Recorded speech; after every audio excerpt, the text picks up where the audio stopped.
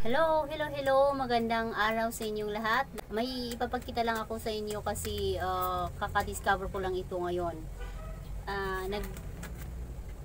Tatanggal kasi ako ng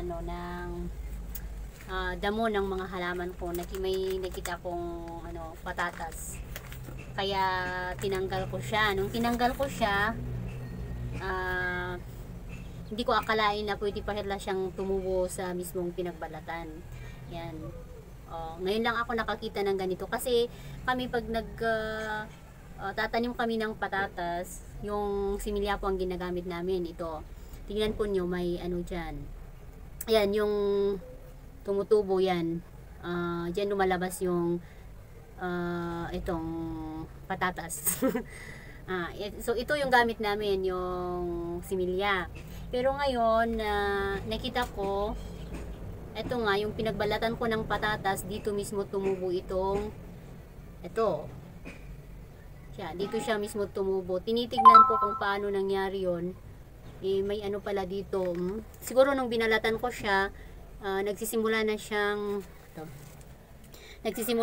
tumubo doon. Kaya nung natanggal, nung hinalo ko sa lupa itong pinagbalatan ko, ayun na, nung nadidiligan, yan na siya. Lumabas na si patatas, halaman. So, itry ko na namang bunutin ito kung nanggaling ba ito pinagbalatan.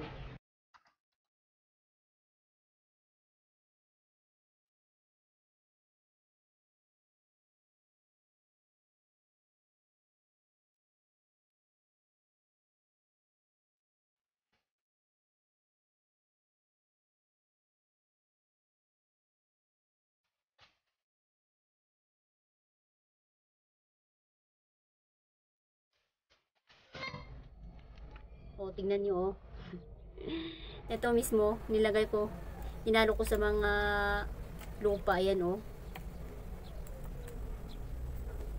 ayan, dyan ulit siya lumabas. So, for me, it's a new discovery. Gusto ko siyang i-experiment na itanim kung magro-root crops ba siya. Magro-root crops siguro, no? Kasi ano naman siya, halaman din naman. Basta i-try po natin. Kasi talagang ngayon lang ako nakakita ng patatas na tumubo sa balat, hindi sa similya. Dito po natin itatanim. Tanim po natin sa malaging lalagyan para pag sakaling mag-root crop siya, medyo may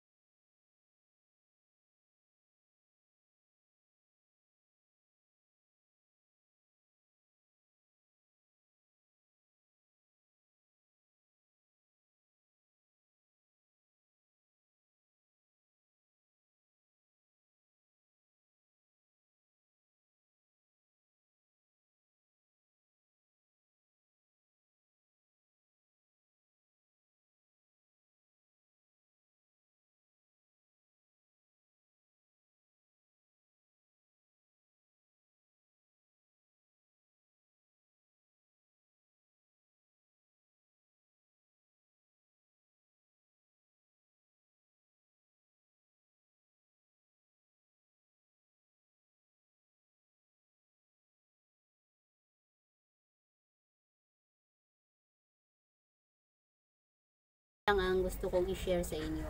Maraming salamat sa panunood at huwag pong kalimutang mag-like, mag-subscribe kung nagustuhan po nyo. God bless!